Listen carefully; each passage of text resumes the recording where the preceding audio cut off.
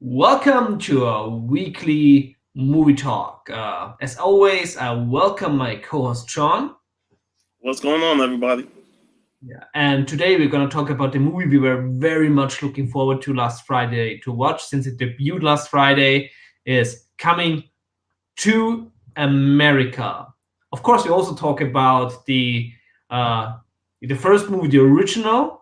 So it's going to be a fun night with we talk about lots of fantastic actors, great humor, and whether or not the sequel was necessary. We already see we have somebody in the chat, Magic Lasso. Hey, we read to America. It's like uh, I would love all of you, but I think it would be like a downgrade in terms of like living quality. I enjoy just paying randomly visits to the doctor to check if I'm healthy and I don't have to pay for it. And I think this is also a wonderful thing we have seen like in the original Coming to America. What I really loved about is that people came from African royalty to the US, and basically everything in the US was a downgrade. Everything. Oh, Simi hated it. Yeah. Simi hated it. Um, Yeah. you know what the funny thing is? They call this movie "Coming to America" with the two, but to be honest, it should have been called "Coming to Zamunda." Totally. I get why they called it Coming to America, to have like this this play with two, but I also really enjoyed that we've seen that we saw more of Samunda, and I think this is one of my biggest qualms with the movie, since the plot offered so many interesting plot points that could have been explored, but they chose to go more into the romantic direction. It, I it they went beat for beat the same as the first movie. Only this time it was the son playing the role. Yeah, what would have been really interesting for me, maybe some people would like hate me for it, is I really would have liked to explore the plot point where they said basically, ever since you came back from America to Zamunda, like you changed nothing. Yeah, And I really would like to explore like more into like the politics of Zamunda, especially what I was questioning is like, what's the deal with General Issy? Of course, he's the son of Colonel Issy from the first movie, who was portrayed by the late like Davenport, I think. Uh, no, Calvin Lockhart, I think. Yeah, Calvin Lockhart was yeah. the Biggie actor of Smalls, Colonel. the old, Yeah, the OG Biggie Smalls from the Sidney Poitier, Bill Cosby movies. yeah. And it would be interesting is like, why is he such a threat to Samunda? Doesn't Samunda has his own military? Is he part Yeah, of the military in Samunda? So this was raising a because lot of questions that I would like to have explored. I was conflicted on that because that's why Wesley's character Izzy was kind of odd because he plays this charismatic yet suave and over the top military general, but at the same time, this is serious, in terms of what his people represent. I mean, he's telling this story, reading the story to kids, and then he go tell them to play with some guns and stuff. Like Yeah, so that's not something to laugh at, considering the fact that shit is real. yeah, he was playing this African warlord, basically. Yeah,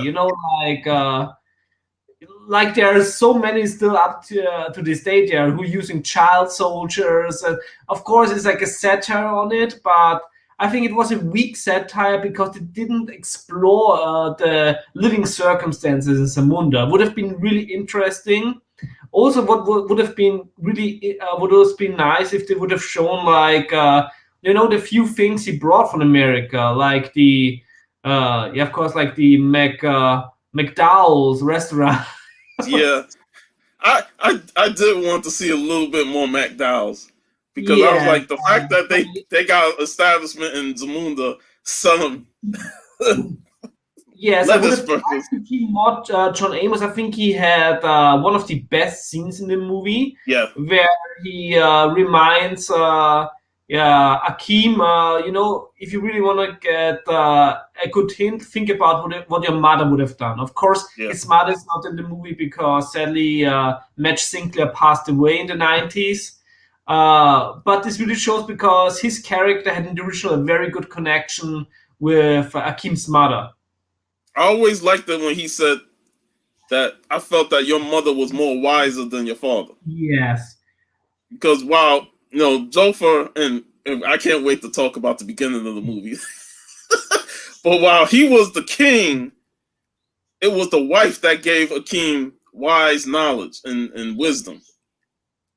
Whereas King Jaffe Jofer was more representing tradition as a king, and not wanting to break away from that tradition. Yeah. Also, happy birthday to Gary B's wife, the casual comic wife. Or Yep. Yeah. So treat you well tonight and make you feel like a queen. Yes, the funeral of King Jaffe Joffa, epic. I also would have liked to have more James Earl Jones in this movie, but I know he's 88 years old. He's still very well for his age, but I totally get that he didn't want to do like a whole movie. Yeah, with his age and stuff, like they said, let's preserve him just for a few scenes. And I gotta say, that funeral was fucking, like, who thinks of saying, I'm about to die, let's have this funeral now so I can enjoy it, and it's going to be the greatest funeral of all time. And get Morgan Freeman narrating it. Yeah.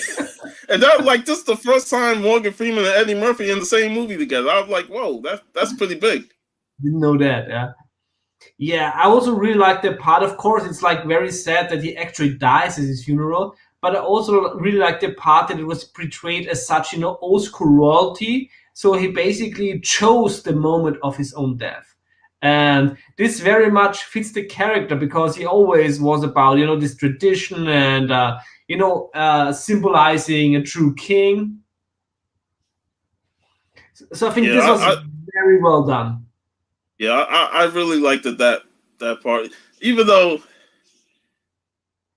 the creation of the bastard child that was Lavelle, man, when they retold the story from the original movie, which was the extension of the club scene, and you saw Leslie Jones' character and stuff, I'm like, I know they not pulling this off because this is basically rape if you really look at it. Like, she drugged him up to have sex, and that I'm thinking, like, what the fuck? That's not funny, man. To quote Dennis from Always, it's Always Sunny in Philadelphia, men can't be raped. But if it was a woman, it would have been criticized. We know that for a certain fact. That part really kind of took me out. Like, so this is how this child was created, and I had a feeling something was this was going to happen, but I just didn't like how it was portrayed. Yeah, what I didn't like about the scene mostly was it's a very weak movie trope to use footage from the original movie. It's like, hey, remember what you really liked? And sometimes it's like, yeah, it's like, then I watched the original if I really want to watch those scenes. So Freaky Louie? Yeah, it was funny. Yeah. The 80s. I missed the 80s. Yeah, it was funny in the 80s, but nowadays in this landscape that we're in, it's like, man, you're really pushing the envelope with that. Hey, Air Spider. I mean, I always love when you do edgy humor because I just like when people step on the toes of snowflakes. And the funny thing is, Akeem didn't remember that until he started detailing it. He looked at Simi, he started choking his ass out. And The king was like, Do it, kill him, do it. kill him. And I absolutely loved the other character Senior Hall played, the shaman. It was like this was like right out of a pulp, and I absolutely loved it. It's crazy. The witch doctor. Yeah, I think that Coming to America had its strongest scenes in the beginning and at the end of the movie. In the middle, there is, it always feels as soon as you think the movie is getting going, get going, they change the scenery. There were way too many changes in scenery, and it was a little bit. It didn't felt well edited in the middle part, which is sad because the director Greg Brewer is a very talented director. I mean, he killed it on My Name is Dolomite, or Dolomite is My Name, as very talented. And I think also the biggest weakness of this movie is that they were a little bit bound with everything because it was a PG-13 movie. Yeah. Like when you tame these actors, to PG-13 rating, yeah, especially after the first movie, which was like, I watched that as a kid, and rated R wasn't even like, it was nothing to me. I mean, especially like here, like in Europe, the nudity part was known. I watched this also like as a kid. Eddie Murphy was so popular here. Like there were Eddie Murphy movies all day long. I've shown you the German trailer, which you couldn't stomach because the dubbing voice of Eddie Murphy here is like he sounds like two people we know, like Gilbert Gottfried and. and Bob's Comics.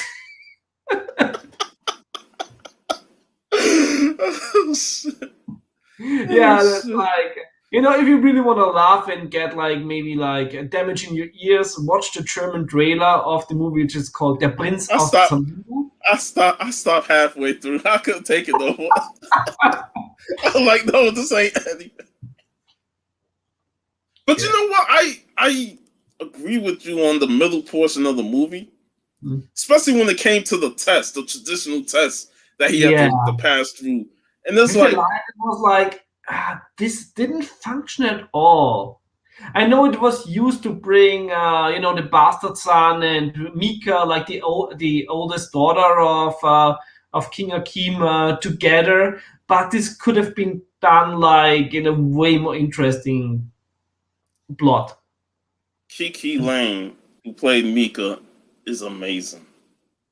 She is gorgeous. And I was like, she can be the queen of Zamunda. I wouldn't even have a problem with that. But Tiana Taylor as Bota, the daughter of General Izzy, is this like a modern young Grace Jones? Like, I mean, like she's a goddess. Like it's like, she came in there and killed it, man. And then at the end with her in that white dress, I'm like, oh my god, I need more of her. I'll be like, get the hell out of the way, Lavelle. You don't want to marry this? I'm down for that. Because she was fine. Like, I'm the fucking Prince of Zamunda. Marry both. What? But I knew that point when he was with the groomer. And when he was with the groomer, I was like, watch. This is going to be the girl that he talks to and fall in love with. Yeah, I saw that coming immediately. Me too. That was. It felt a little bit forced. They could have, like I said, like, this movie is totally entertaining. It's a movie you watch, you're gonna enjoy, especially if you love the original. It's so heartwarming to see most of the characters again 33 years after the first movie. And we are so lucky that most of the cast are still alive. And sadly, of course, Marge Sinclair is no longer with us, and Calvin Lockhart sadly passed away. But to have still John Amos and James Earl Jones on set is like, I think this alone like is a reason to make the I mean, not sequel. only that, we got to see Louis Anderson as well. Yeah, he's also back.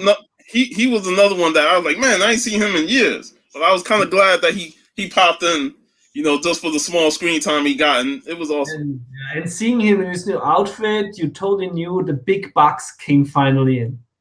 Hey, you know what I loved at the beginning when Lavelle was getting interviewed? The Dukes. That Duke reference was that. When he said the Dukes are his grandfathers, showed that picture. I'm like, oh, they.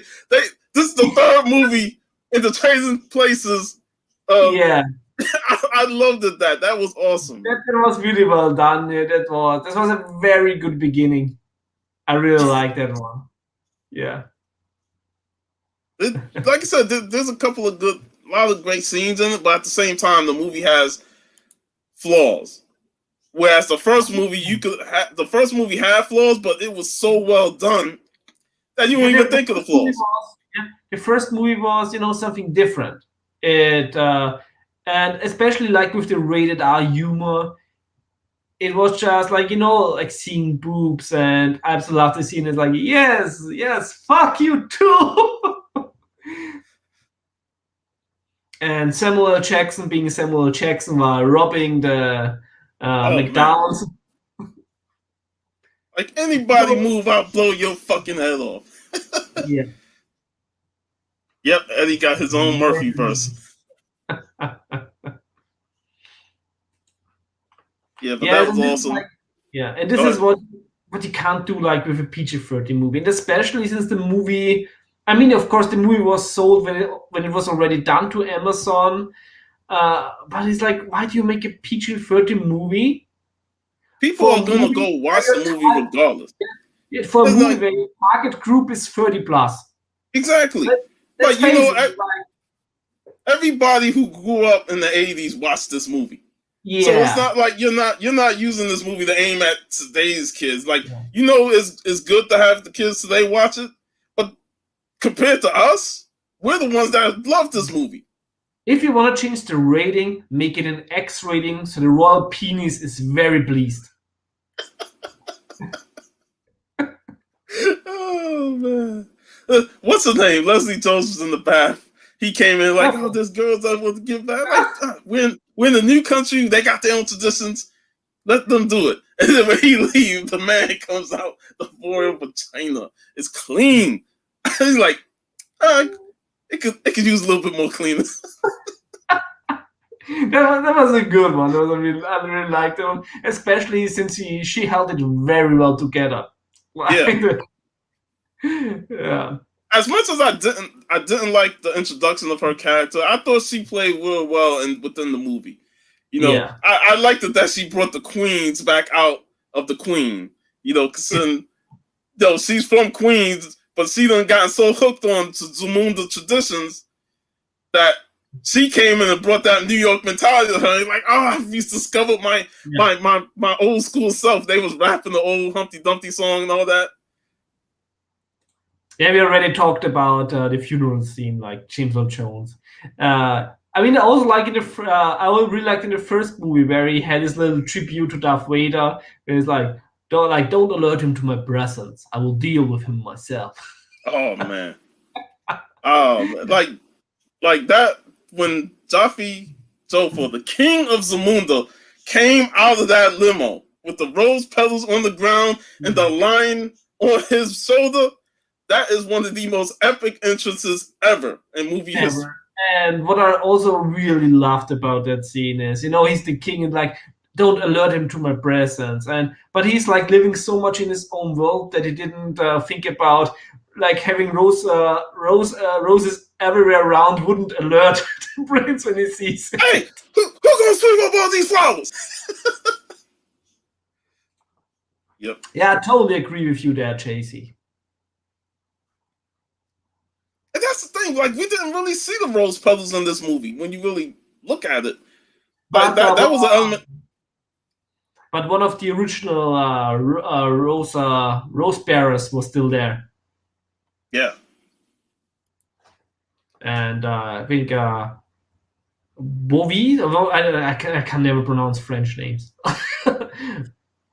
But she was still looking hot and talking about still looking hot. I don't know what is in Sherry Heatley's diet, but she didn't really age 30 years.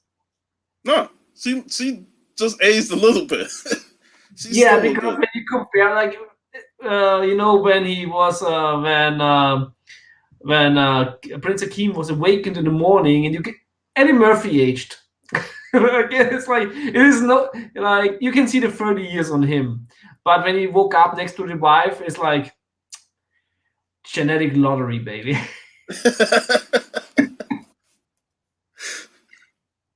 And it was also so nice to see Paul Bates again as Uha.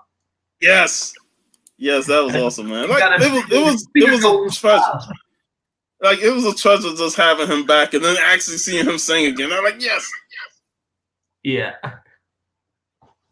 It was like, yeah, like I said, this is also one of the biggest strengths of the movie is having all these characters come back, and you can totally see like them, he's like moved a little bit up like in the ranks, as you can see, like with all these ceremonial like ornatos. The costume designs in this movie was amazing. Brilliant. You had Ruth Carter, who was behind the Black Panther movie and the costume design, so automatically it was like she upped the ante on this one by adding even more traditional African garb, with this exquisite, beautiful looking. I mean, that dress that Tiana Taylor wore the second time we saw her was like, what? That shit looks ridiculous, but at the same time, she just rocked it. The costume design was huge. And I love great costume design like this, and this movie really knocked it out of the park. What would have been really interesting, because originally I think Ryan Coogler wanted to direct this movie, but the script he provided, Eddie Murphy was not down to that. He didn't like it, but he said, okay, I really want to do a sequel, but not with that script. I would be very interested to see what was in that script. Yeah. Now, obviously, Coogler never did a comedy, so it would have been vastly different from what this movie was about. But like from knowing his movies, and he's also a fantastic director, I think this is a sequel that I would really love to have seen. I really think if he would have directed it, we would have gotten what we talked about earlier more with General Izzy and that the whole warlord. So we could have gotten a little bit more out of that, because General Izzy was clownish though, man. I think Wesley Snipes, this was an extension of his Dolomite character, where his Dolomite character was ridiculous and over the top. He wanted to outdo that one. I mean, the way the man walks in, was like, what the fuck? Yeah. And then he had Michael Blackson as his introduction guy. I was like, yo, man, I need more Michael Blackson in this movie, because he's hilarious too. I also loved the introduction that Mufasa was based on General Izzy. Yeah, like, I think like having like a flamboyant character, like an African warlord, could be very interesting, but tone-wise, he felt a little bit out of the tone of the movie. Yeah, I mean, when he came in, he like, let me bring out my son for one of your daughters to marry.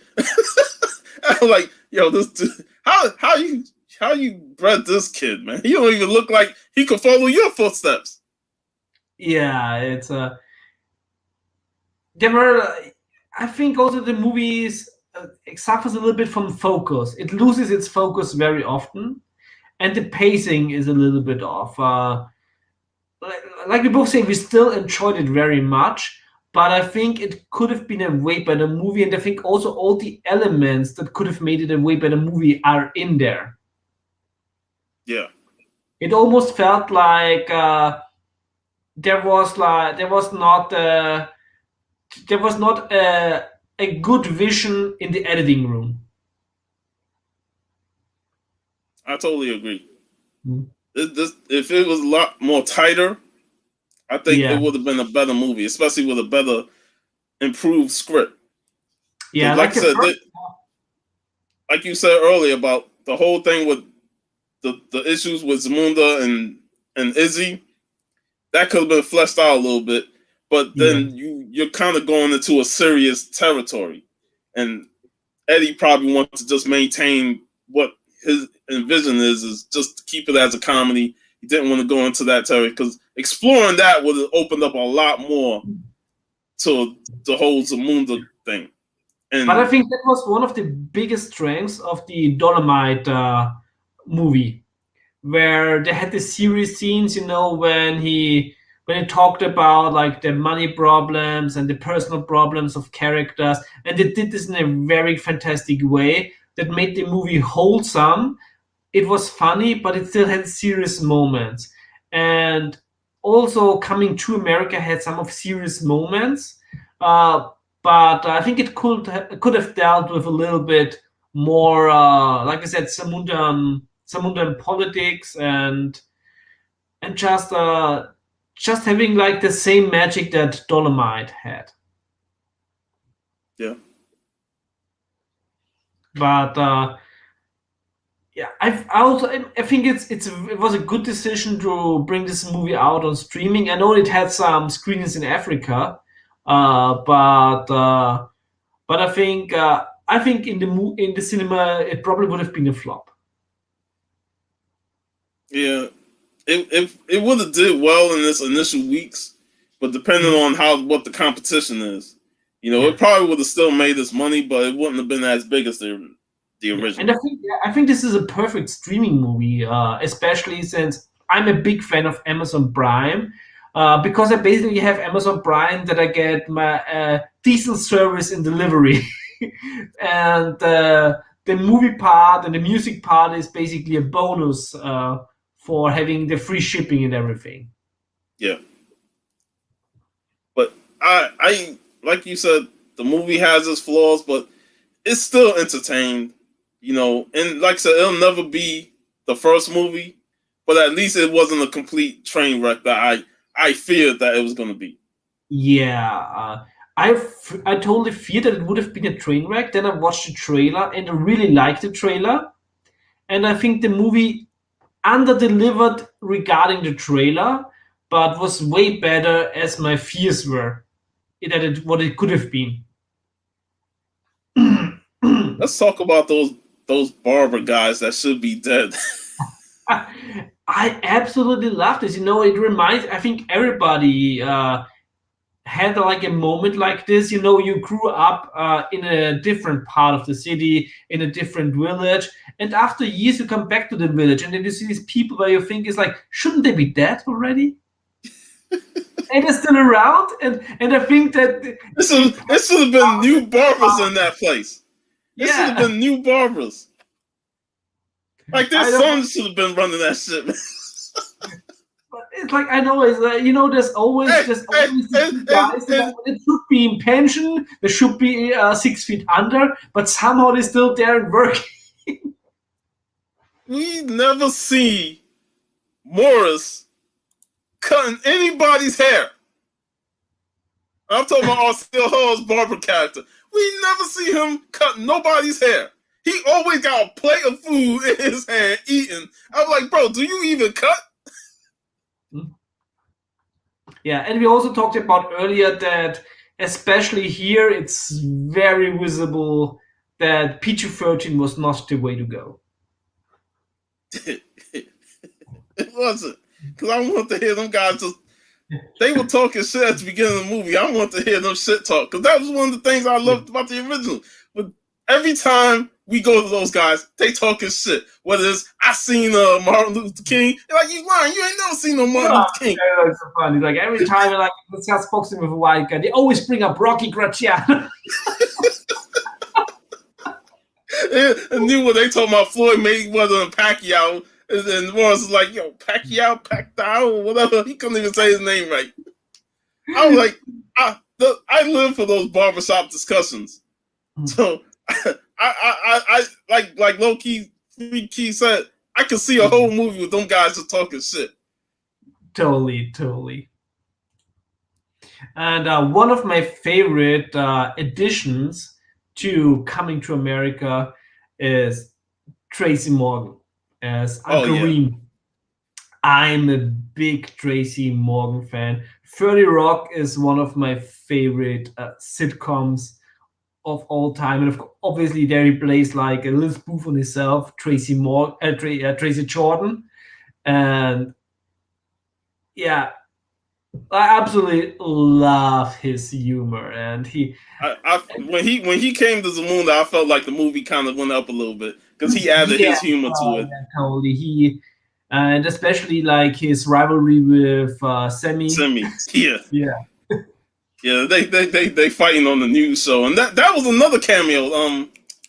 Trevor Noah. Oh yeah, and also like I think that James Earl Jones also did for the Samundan news, also like for the CNN, like also his voice. Yeah, so that was pretty cool, and Tracy Morgan just added a whole new element. Like when he was when Lavelle was trying to get the whiskers from the line, Tracy Morgan was up there like, y'all trying to get my boy killed, man. I'm like, y'all don't even got no food up here in the service. What kind of king you are? Ricky Louie having some night cheese.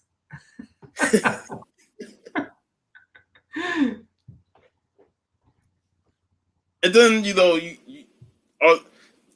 that was one thing that kind of like I questioned, like Lavelle taking the groomer to America to get married. I'm like, wait a minute, now you bringing an immigrant over, man. How has that just worked out so easily? I mean, at least with but at least with what's his name, Akeem, he's a diplomat. He could travel around. Like she ain't that. You know why? Why? Because he has diplomatic immunity. Have to throw that in there.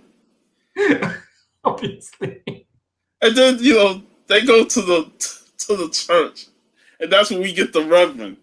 Arsenio Hall still. I'm like, he another character that should be dead, but they gotta bring these characters in because these characters we love, from the first movie. Yeah, should be dead. Probably died of an STD. But I really liked that scene and Akeem's revelation that this boy likes this girl and he don't want to, because he saw that as his reflection of what he did. Yeah. So he's like, I don't want to overstep my boundaries and be like my father when he found out that I did that. Yeah. And this was the part of the movie also which I actually wanted to have more explored. Like I said, actually it's like, I came back from America, I wanted to change all these things, but almost everything stayed the same. This should have been, I think, more like the middle part of the movie. Yeah, because by the time he started to make changes was at the end. Yeah. He said, more things will change after, because he gave his daughter the chance to be queen of Zamunda, so she don't have to worry about the old traditions of always got to be a male. He's changing that. But it should have been something that could have been changed early in the movie, like once he became the king. Probably like now with a queen, the next movie is gonna be coming to Zamunda Civil War something. Well, I saw that Eddie Murphy was talking about there could be another sequel, but he said in 16 years when he's 75. I was like, really? So he wants to be an older king by the time they do a sequel. Yeah. Sherry Heatley probably still looking hot then. Yeah. And what was another? Oh yes, the grand finale, the epic. And I see people on the internet saying that this movie was kind of like a musical, and I could see that because there were some musical points throughout the movie, from the beginning at the funeral, the middle when they're very good. Tiana Taylor came through in the middle, and then the very end. And damn well from the trailers, I knew that Randy Watson was going to show up on that stage with his Jerry curl and everything. And they brought back the twins. That shocked me even more than anything. The twins came out there. I'm like, what? Where they find them girls at? I liked how, the groomer was like, oh, they're going to bring in Diana Ross? They're going to bring in all these, Drake and all that stuff? He like, no, even better. And this freaking Randy Watson. But I felt that whole ending part was just such a great feel-good moment.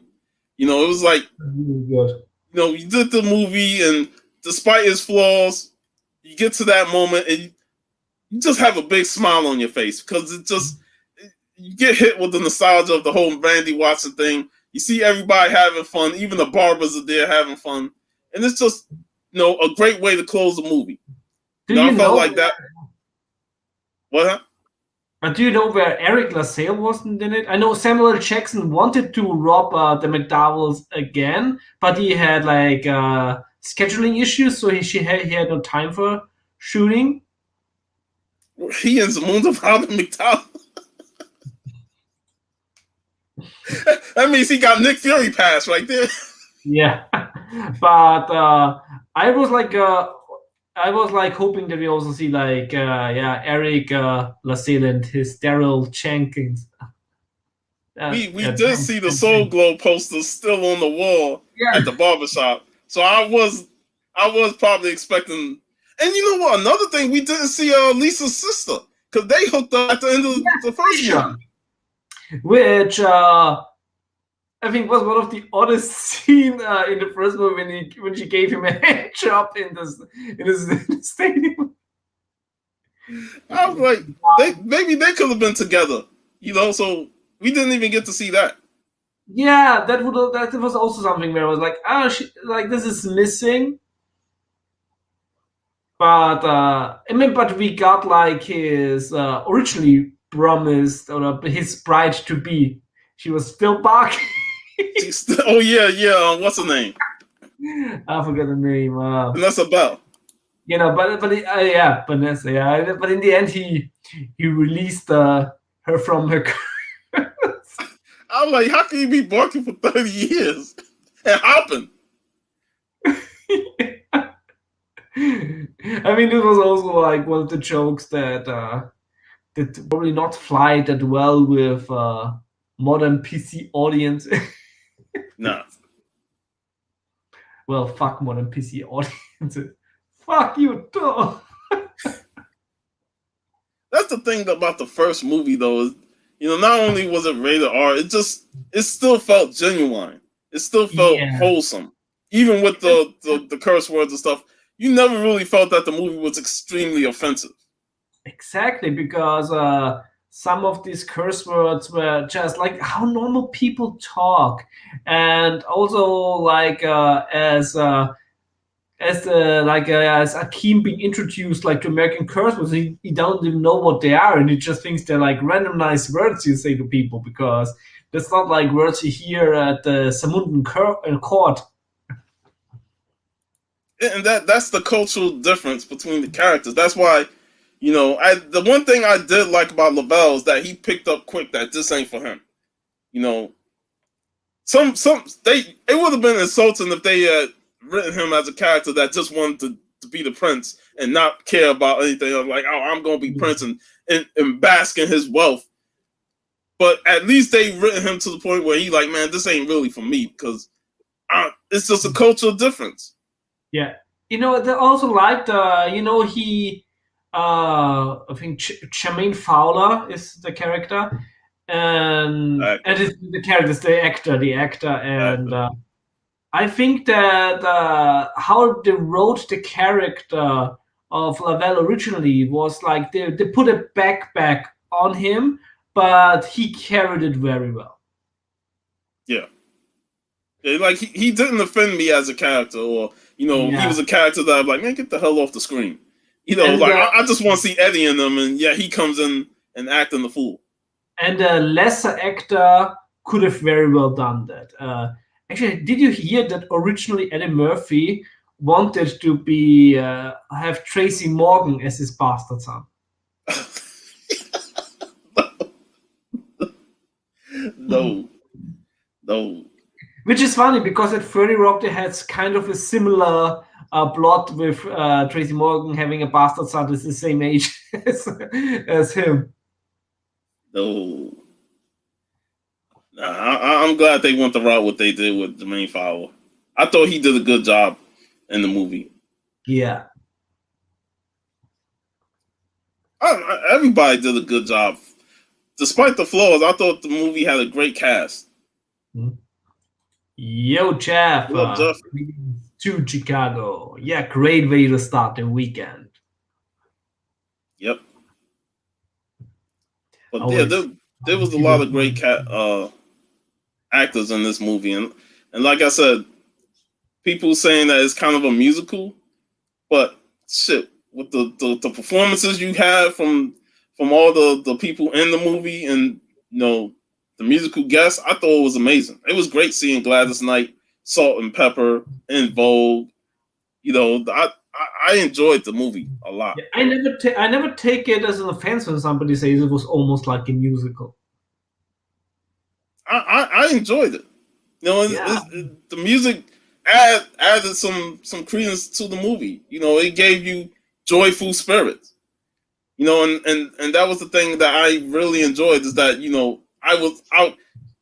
There's no better way to be hyped for a funeral than having all these musical performances and having Morgan Freeman narrate it. Yep. Yeah, we already talked about it. The original. And like you said earlier, I wish we did see more of John Amos. Yeah. I felt like he had that same role as James Earl Jones. They're both elder men in the movie. So they didn't want to overuse them too much. But I felt like just maybe one more scene with him would have been fantastic. Yes, because I also think that his role in the first movie was more important than James Earl Jones' role. And I also really liked how he went. Of course, as a father, you always want the best for your daughter. Of course, you want also that she marries well.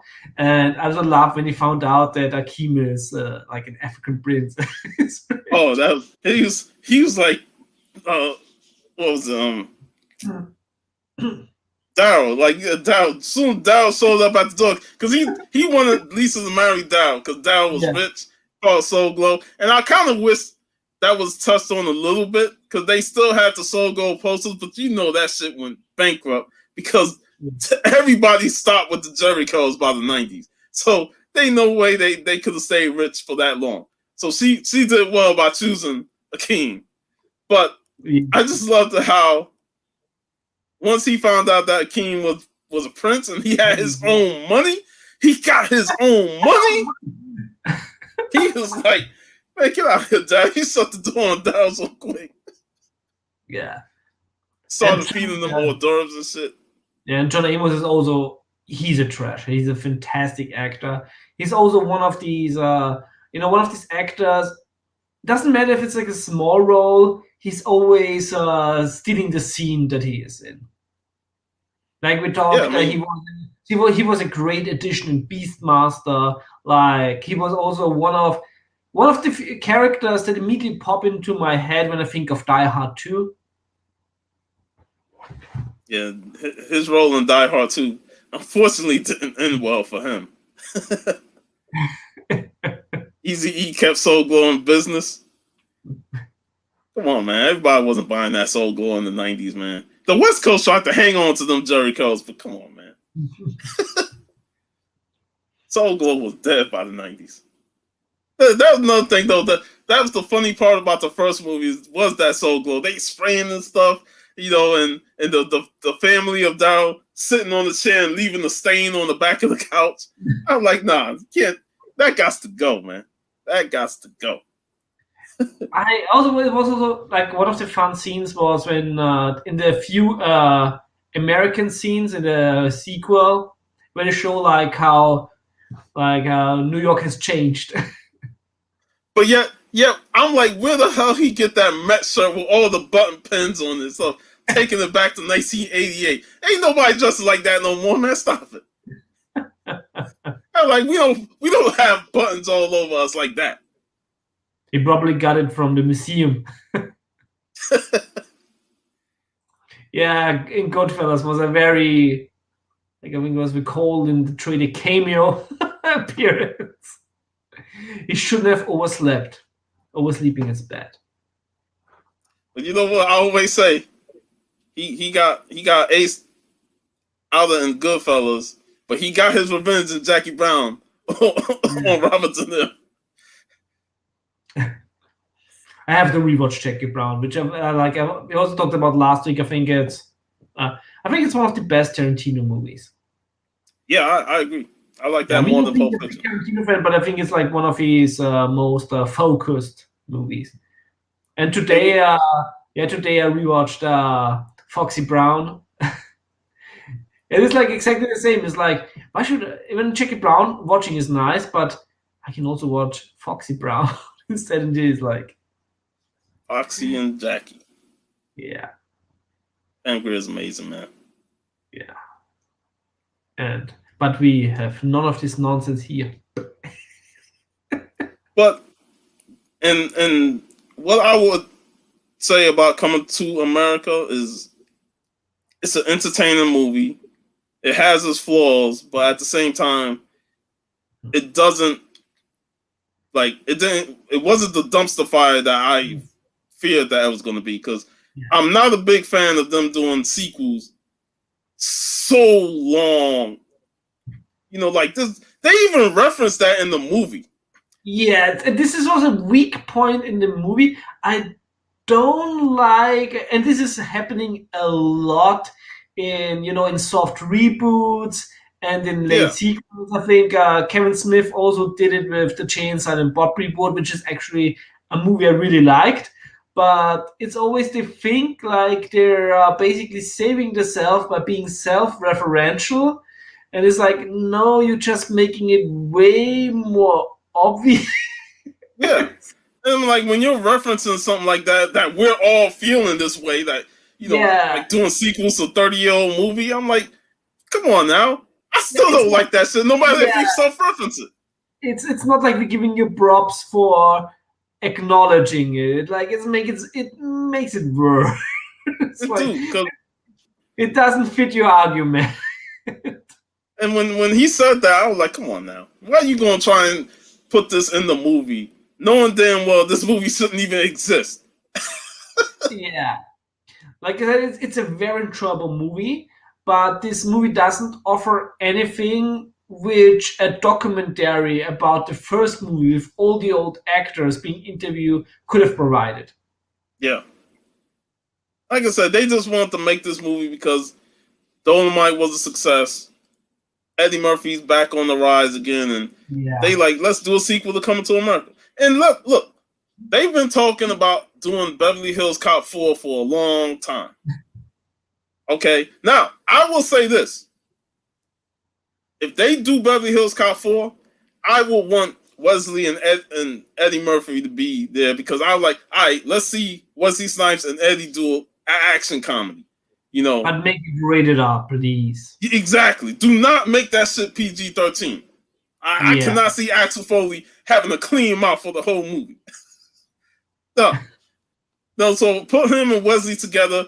Maybe you can find Judge Reinhold to be in the movie. I know he ain't aged well compared to Eddie, but I can't remember the last time I even seen John Ashton.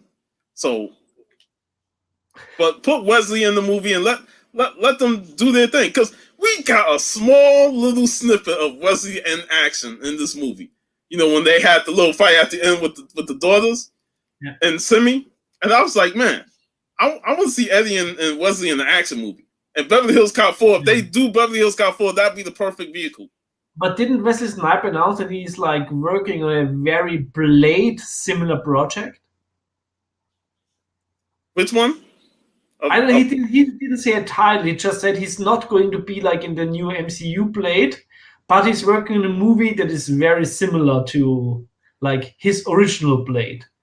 And please, more Wesley Snipes action movies. Yeah, man, I would love to see some more Wesley Snipes action movies. I feel like for these two movies, I think Wesley just enjoyed being in them because he got to be with Eddie Murphy. Like Yeah. when he said he was getting to be in Dolomite with Eddie Murphy, that was like the biggest thing in his career. And they And work well together on screen.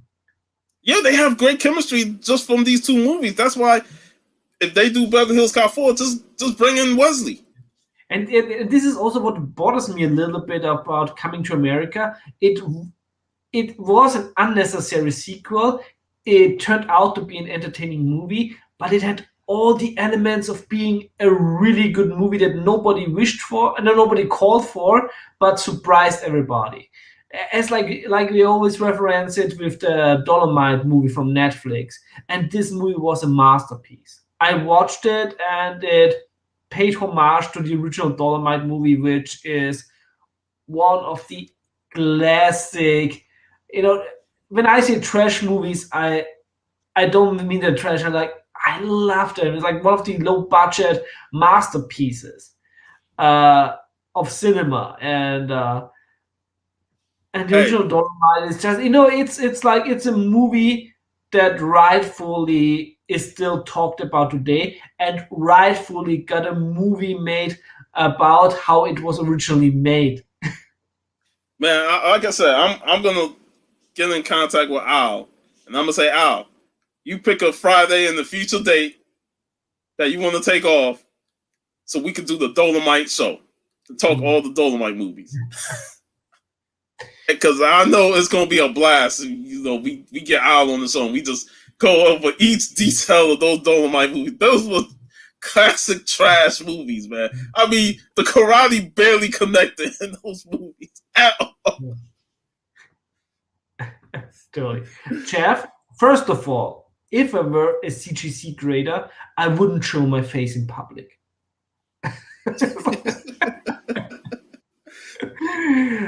Second of all, I think I would grade it a 6 out of 10. That's why I was leaning towards a 6.5. Yeah, it's better than mediocre, but it's short of being like a movie that I really want to rewatch, as I do with most comedies that I love. But you haven't seen it yet, Jeff? I do implore you to watch it. Yes, it's still a watchable movie. And especially since it's on Amazon Prime, and I think everybody has Amazon Prime just for ordering stuff on that platform. So it's totally worth watching. Order a pizza, have a great time, have fun with it. It's time well spent, but it won't bring your life to new plane of existence.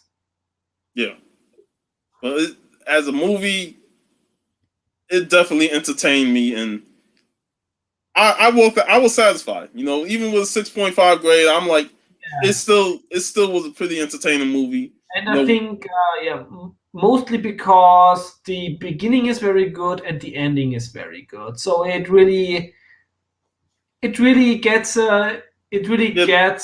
itself going at the end. The middle part is entertaining. It's like sometimes you may be a little bit on your phone on the middle part, but the movie never really lets you fully go. Yeah, it's like hit or miss when it comes to the middle. But nothing was outrightly bad to the point where you forward through a lot of the middle. Like, you're gonna watch it. Like this, I've watched movies where like the beginning and the end were good, but the middle was like boring as hell. And there's certain stuff I fast forward to get to the important parts. Exactly, but here and most of all, of course, you have a very talented director, and you have a fantastic cast. Like, even if you say it's like, the humor is a little bit tame in this part, rated R, this would work, but PG-13 not so much. It's still like, the fantastic acting and the natural charisma of most of these actors totally makes it worth it. Yeah. Yeah, you need to get to McDowell, and don't go to McDonald's because they're having the sesame on the Big Macs, and you don't want that. You want the Big Mac. The Big The Mac without, McFlurry. yeah, without.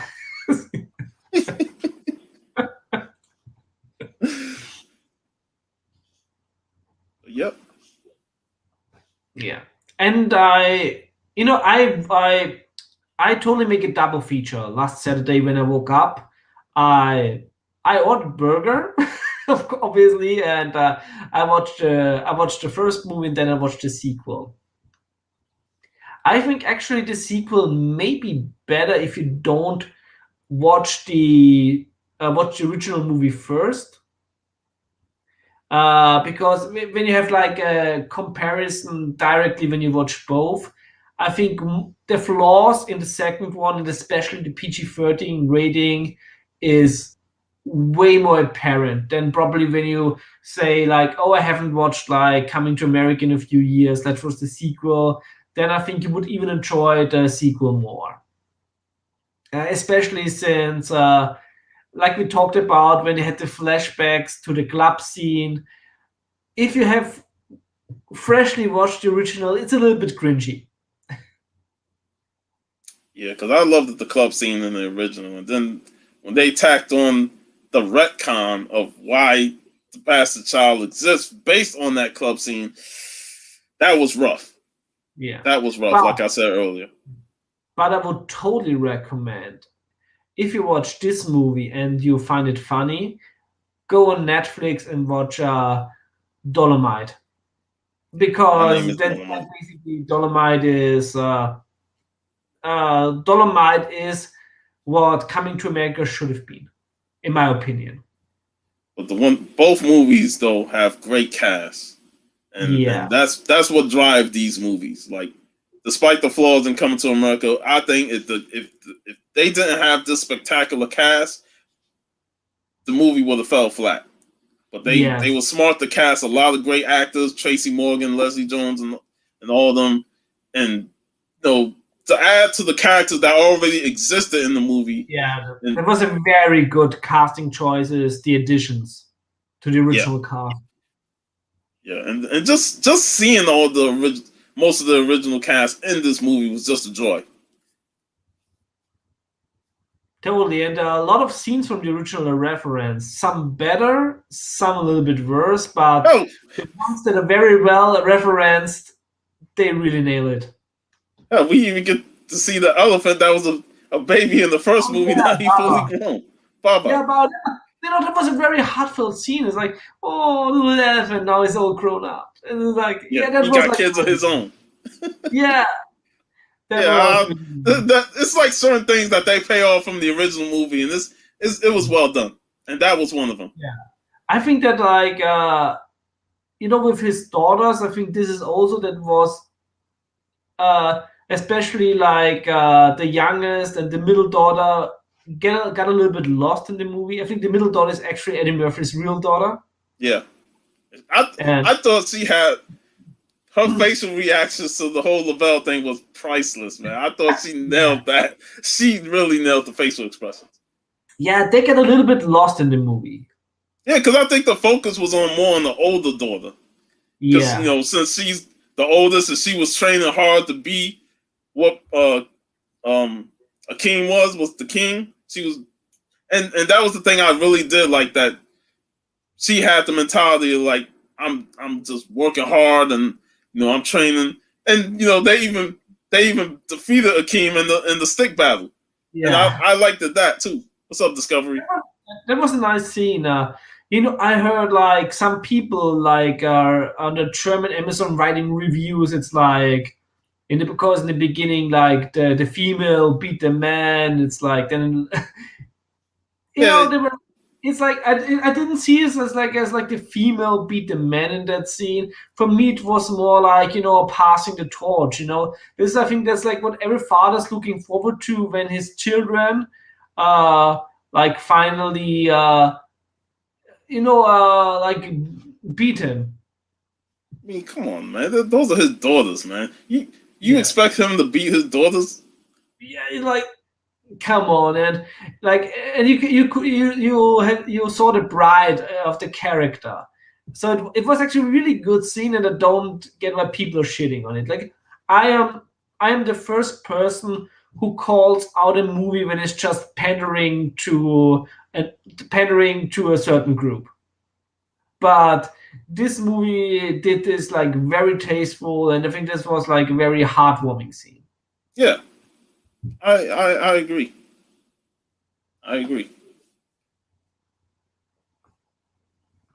Yeah, so actually, like when you look closely at this, as I say, the movie is lacking a little bit focused, and there's so many changes of scenery.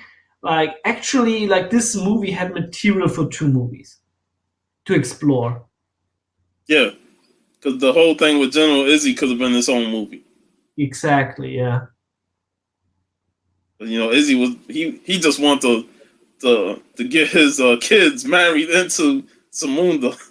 You know, Yeah. just that way they could easily do the peace treaty. But I do want, like you said earlier, like they could have explored it, but the whole want to assassinate Akeem and stuff, I'm like, there's got to be a bigger backstory behind that. Yes.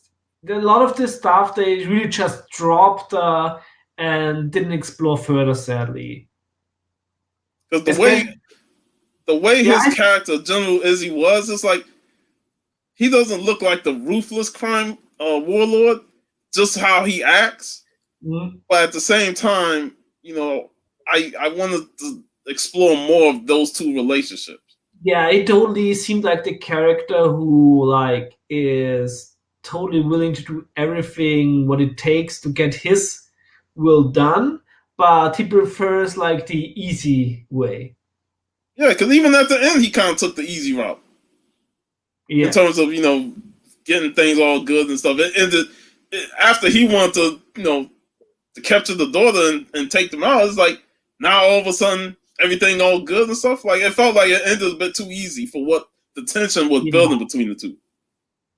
And I really think that, especially like you said, with the assassination and the General Izzy plot, that maybe this was something that was more focused on like in the original script by Ryan Coogler, and that just Eddie Murphy like Yeah,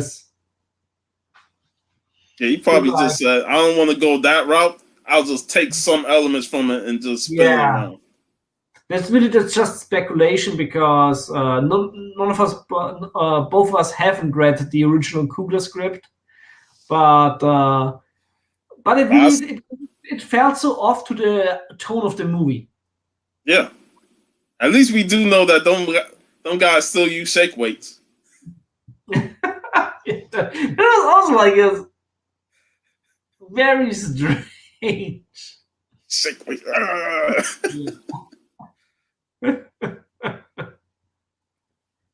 But yeah, as I said, watch this movie, enjoy it for what it is, especially if you know the original. If you are our age or older, you will have a really nice nostalgia trip. Yeah. And we are really lucky that John Amos and James Earl Jones are still around and were able to do this movie. Yes, said a few actors passed away, like Matt Sinclair and Calvin Lockhart, but it's rare these days that so many actors of an 80 movies are still here and also able to act. Yeah. Most And this definitely, is man. and this is the big strength of this movie. Like sometimes it's always like so weird when people when you say, "Oh, you rate a movie 6 out of 10," it's like, "Oh, that bad." No, 6 out of 10 is not a bad note. It's like it's basically it's one step over mediocre. Like, and I Yeah. still enjoy mediocre movies. Yeah. It, Like for a movie that's rated 5 for me, it's like it's an average movie. You know, it's it's never some good. It's half good, half bad. So it rounds out to just average, which is a 5 for me. exactly. You know, So anything less than like a 4.5, that you're reaching bad territory. yeah, like with a 4.5, I really have to point out some elements that are worth watching the movie. But like a 6 out of 10 for me, it's This is for me the perfect description of, get a pizza, get a Coke, a beer, or whatever, lean back and enjoy. Yeah, I mean, I've watched a lot of trash movies that I really enjoyed, Yeah, and those type of movies, it's like I always say, take your brain out, put it to the side, and just yeah, enjoy the ride. exactly. So I never get these reviewers where movie is either 10 or a 1. There are so many layers to movies, so don't don't take don't take the numbers and in the Rotten Tomatoes sense. I really hate the Rotten Tomatoes score. It's horrible Yeah, because I stopped using them. because it ignores so many. It ignores so many uh,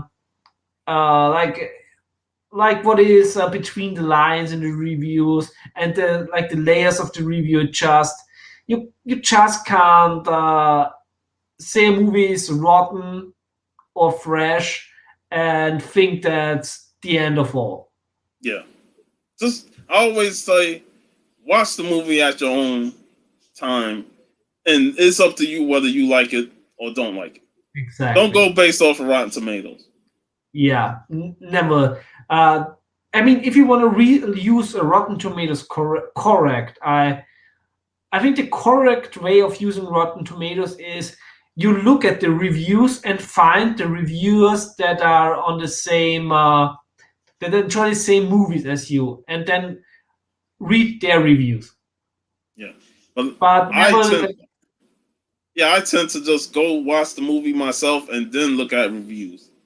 You know, yeah, that's also my approach for most movies. When I'm on the verge, then I am reading some reviews of people that I know and decide then whether or not I like back in the days when cinemas were open, whether or not I pay the money to go to the cinema.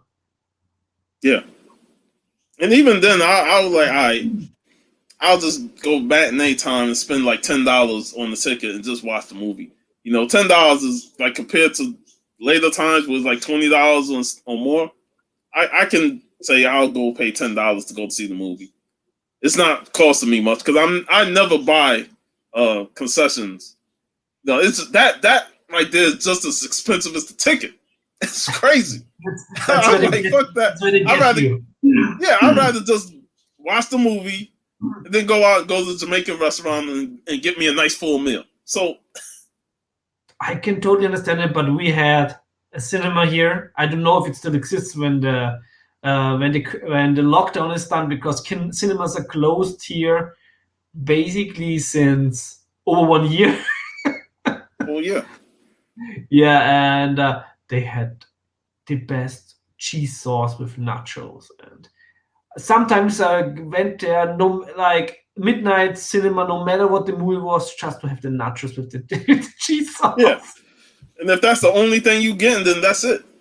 Yeah. Because trying to get a bag of popcorn and soda now is like damn near $20. And I'm like, get the fuck out of here, man. What the fuck? I once bought, I think, I have like a 4-liter Coke bucket downstairs that I once bought. In the cinema, I think for 10 euros, but there was a Decepticons logo in it, so I just wanted to have the fucking bucket. And I was like, I want to have the bucket. No, we can only give it out with Coke. Then put the fucking Coke. And I think I drank the fucking 4 liters during the movie. That's why I'm like the comic strip character Curtis. You know, I find a way to sneak food in there. You know, even if they say no food, I'm like, oh, well, we'll see about that. Do you watch Mr. Bean in the US? Oh my god, Mr. Bean! Yeah. I grew up off of Mr. Bean, bro. Like when he watched Nightmare on M Street and he snuck all the cinemas. It's one of my favorites. Mr. Bean, man. Yeah. Love that guy. I remember watching when I watched Mr. Bean and then what was that? Mr. Bill. I watched those like constantly. Yeah. But the movies suck. Get not lie. Yeah, the movie was okay. It was alright, but it's not something that I watch. Yeah. Also, talking about another movie next week, we already talked about that we're talking about Deathstalker 2. Can't wait. You haven't seen it yet. I've seen it in the past, but I'm gonna definitely give it another watch. And like I say, I also recommend to rewatch it with the audio commentary. I hope I can get that. Yeah, but yeah, I'm looking forward to actually because it's been on my radar to rewatch it for months now. You know, when you brought it up, I was like, man, I ain't seen Deathstalker 2 in forever. Yeah. And just for me, like the first time I watched it, I fell in love with it. Even the soundtrack is amazing. Yes, Deathstalker 2. It's basically Winovsky's parody of the sword and sorcery genre, but it works so well. I know Roger hated it, but because he wanted to have a serious movie. The poster art is fantastic too. Boris Vallejo poster art, yeah. Obviously. Like I even have the soundtrack here, and the theme of Deathstalker 2 is my mobile phone ringing tone. So yeah, I'm definitely looking forward to watching that. Awesome. So tomorrow I'm gonna have my Remembering Frank Thorne stream. I think 3 hours before you start your Saturday show. Yeah, I'll pop in for a little bit. Yeah, I will send it. Yeah. I don't have as much Frank Thorne as you, but I love his Red Sonja work, and I'll definitely bust out the Red Sonja issues and go through that. Yeah, it's gonna be. I hope it's gonna be a very heartwarming stream, remembering my favorite artist, Frank Thorne's art, especially his work on Red Sonja, brought me so much joy in all these years. And I know it's no when somebody dies who is over 90 years old. At one point of time it has to happen. But still, it's like he. I heard that he had still plans this year working on Red Sonja, and they had like a project in the works.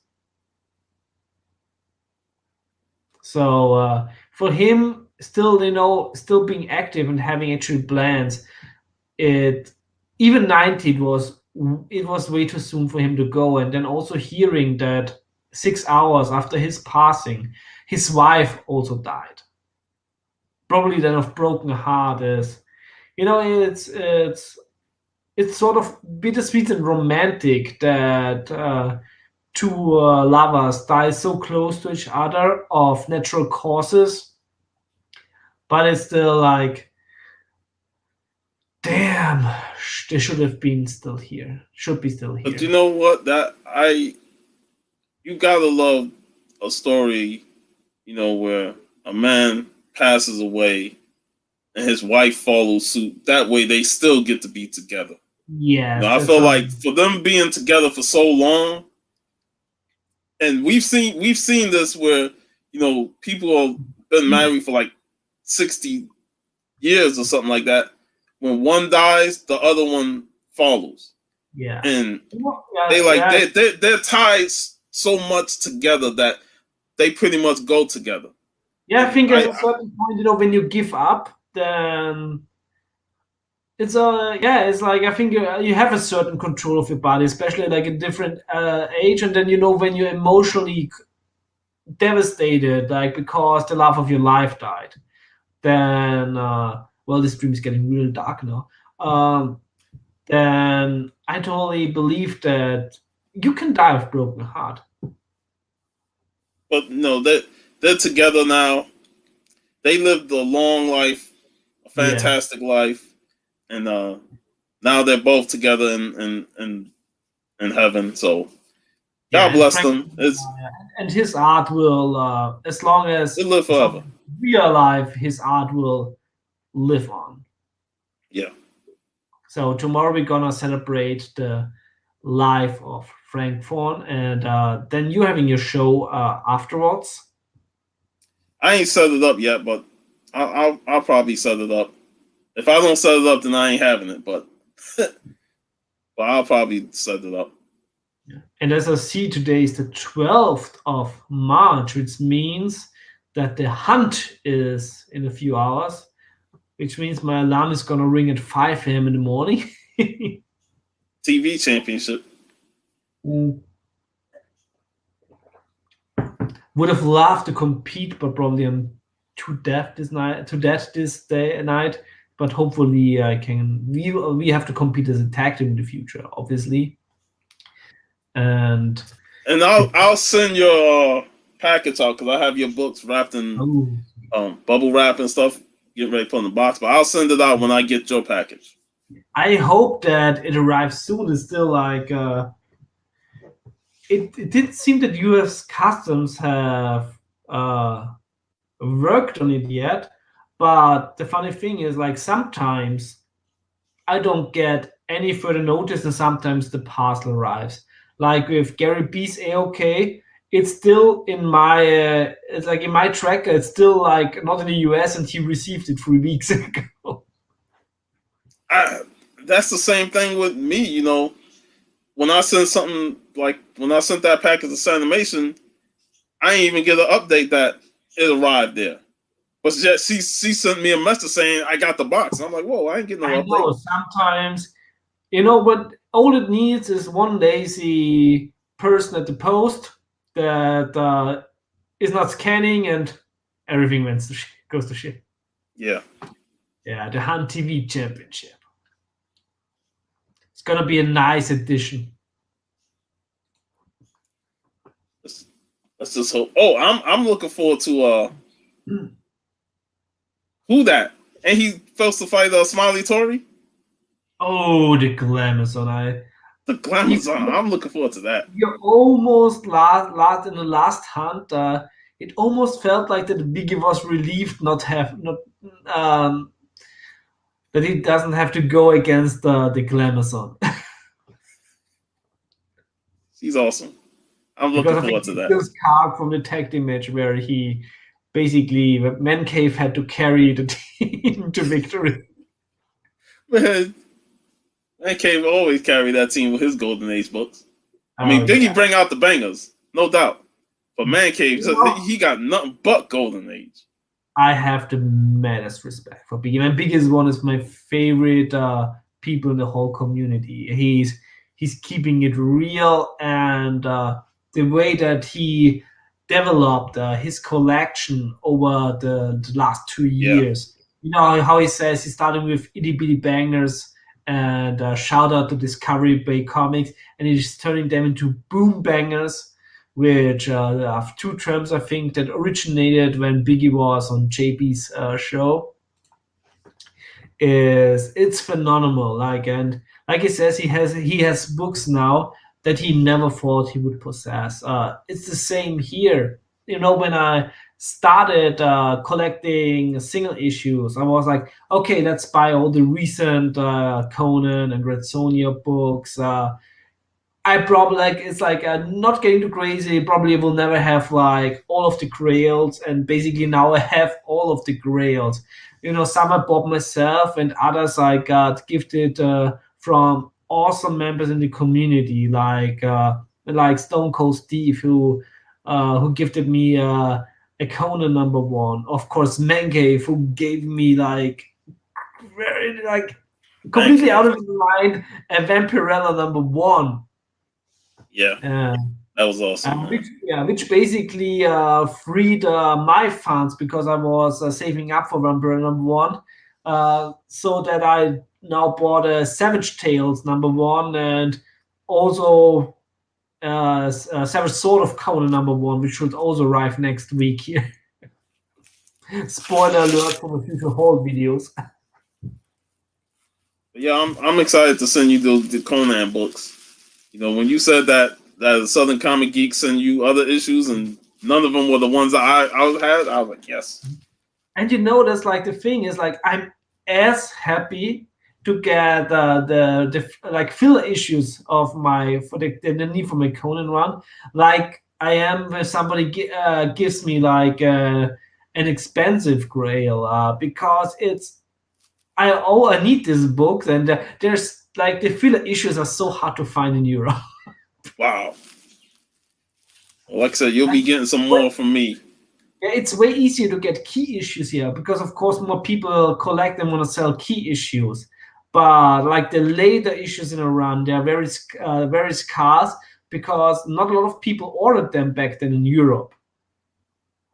Trust me, I'm trying to find another Conan 275 for $3, man. I think I paid $50 for it. Like, God, when I saw that, I was like, instant snatch. I've seen it from one seller in Berlin, and I was like, I'm gonna get it now because I don't know, maybe it's like one of the last chances that I'm getting a Conan 275 in that condition here in Europe. Yeah, man.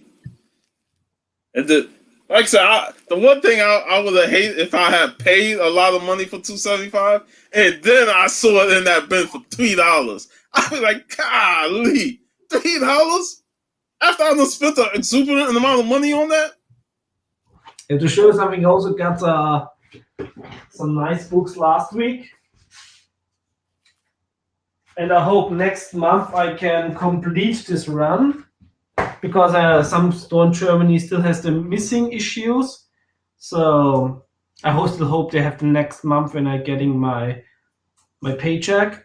But I bought this one for 15 euros, which should be like $18, $19. And this one spiked a little bit. I think this is now. What was the first in that book?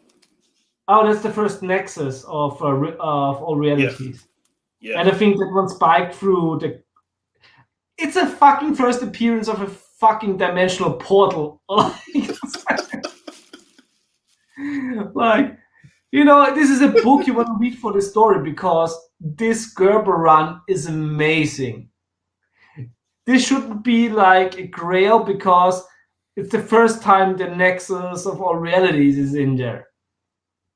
It's just an amazing horror comic, and Man-Thing, of course, like has in later issues nice ties to sword and sorcery. This is also why I'm trying to complete this run. And I got this, of course, also because the beautiful cover.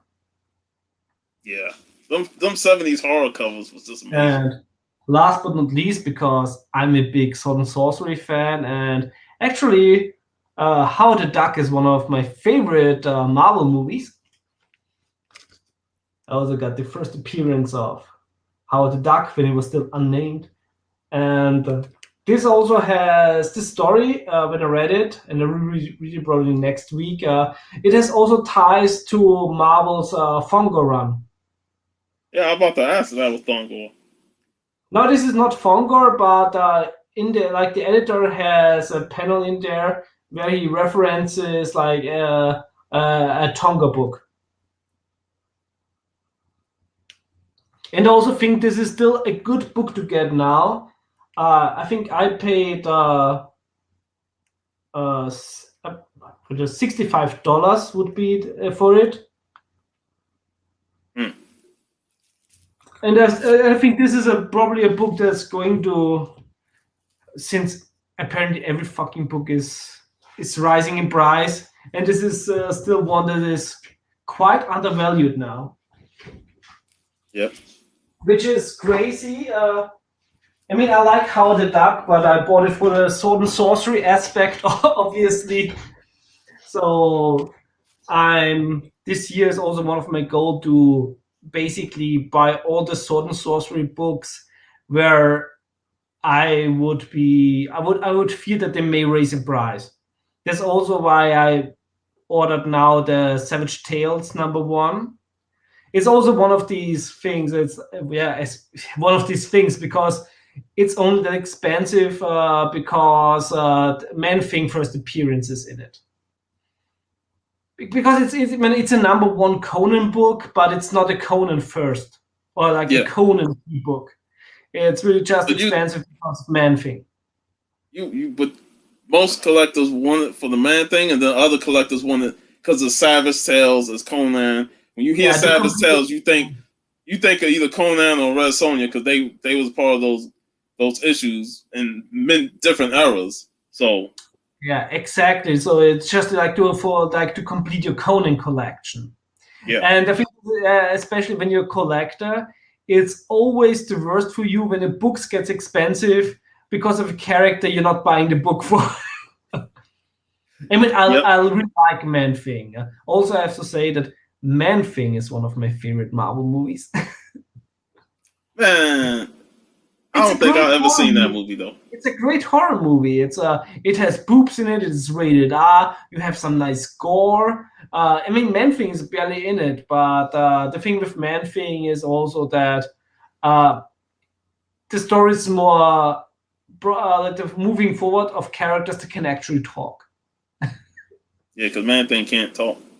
Yeah, and yeah, because talking Savage Tales, because in my opinion, the issue that should be most expensive in Savage Tales is issue number 3, because it shows the first chainmail bikini of Red Sonja. I know that Key Collector app lists Savage Sword of Conan issue number 1 as the first chainmail bikini, but you see the first variant of the chainmail bikini in Savage Tales issue number 3 by Esteban Maroto. It's the pinup. It's not in a story. It's in the pinup, but it's the first appearance of the chainmail. Hey, them Savage Tales and Savage Sword of Conan's have great pinups. Yeah. You know, you read the stories, but then you get to the pinup section and you're like, damn, there's some great art. Fantastic. Yeah, sometimes of course I want to buy down the line. I want to buy every Savage Sword of Conan issue. But right now, of course, I'm buying some. I prioritize some because they're having fantastic pinups in them. Like I forgot now which issue it was, but the one I bought because they had a great Ballad and Red Sonja fight pinup in there, and this one was not in the Savage Sword of Conan omnibus. I mean, the Savage Sword of Conan omnibus releases are fantastic, especially since they can't fuck the coloring up because there is no color in the book. Yeah. You know, I did not want to commit to the Savage Sword of Conan omnibus because that's a long commitment. With that series being like 200 plus issues, that's got to be at least, what, 10 volumes or 11, 12 volumes? Right now, the fourth one came out. I'm still waiting for the fourth one. I pre-ordered it on Amazon, and so far they have not delivered. So I hope they will deliver.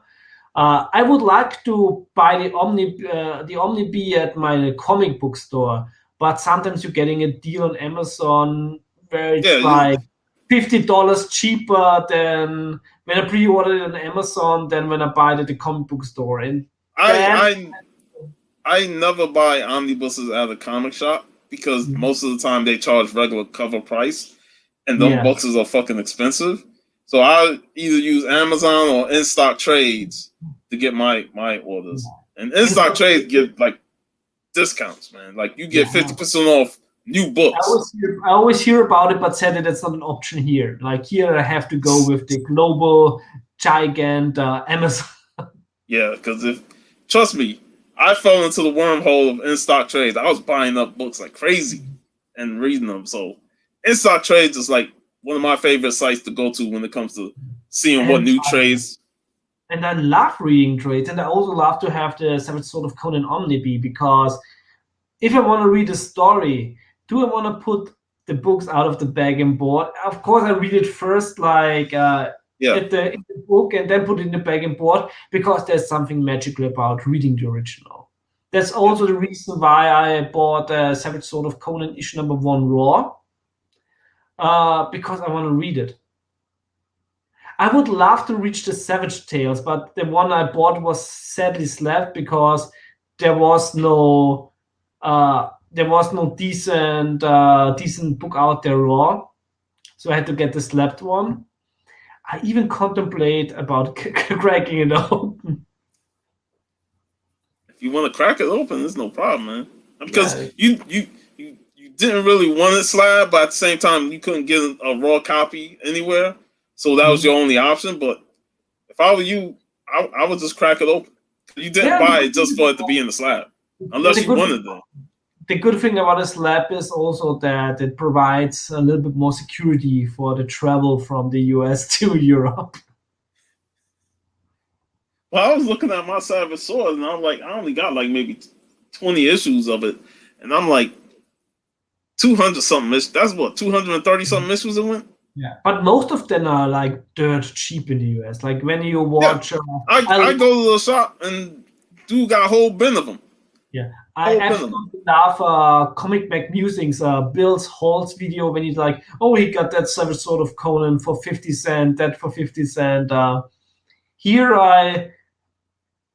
I'm lucky when I find some for like $5. That's like that's a good deal. When I find one of them here. Most of the time I see them for like $5-6.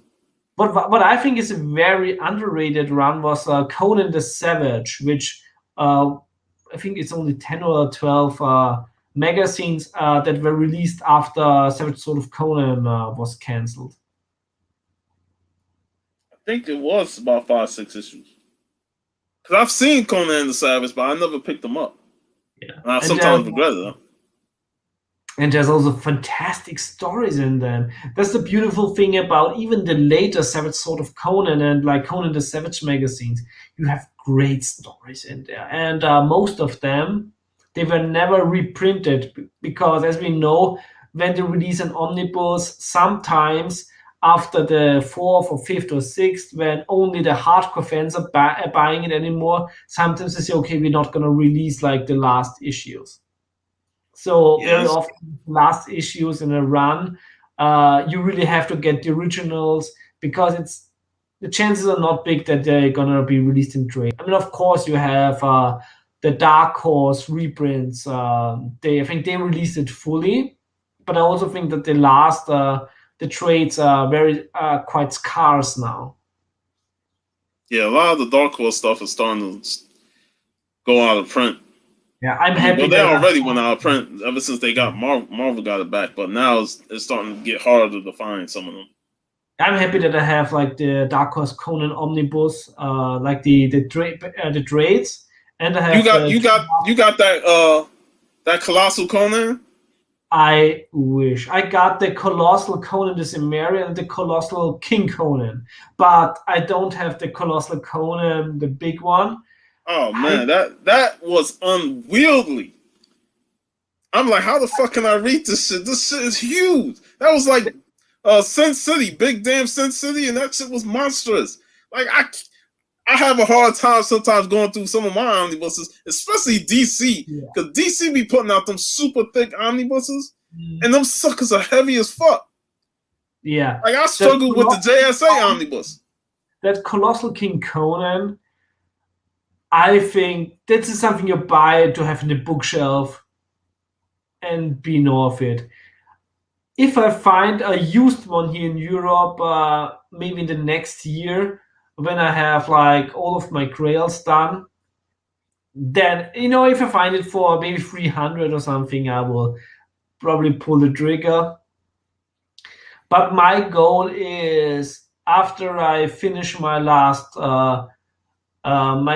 grails, I think there's 2 more expensive books on my list, which is the last Savage Sword of Conan magazine, because I think this is a little bit more pricey, and the first appearance of Deja Torres. I think these are like the last books I would have to pay more than 100 for.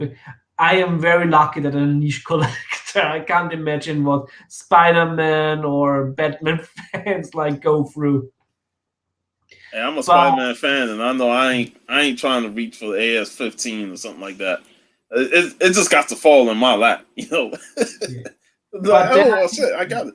Yeah. But then I think about getting into collecting the original Conan pulps.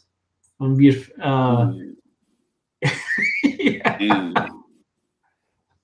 Actually, they're not that expensive. I've seen online a few of them. Like, they're affordable if you save up a little bit money.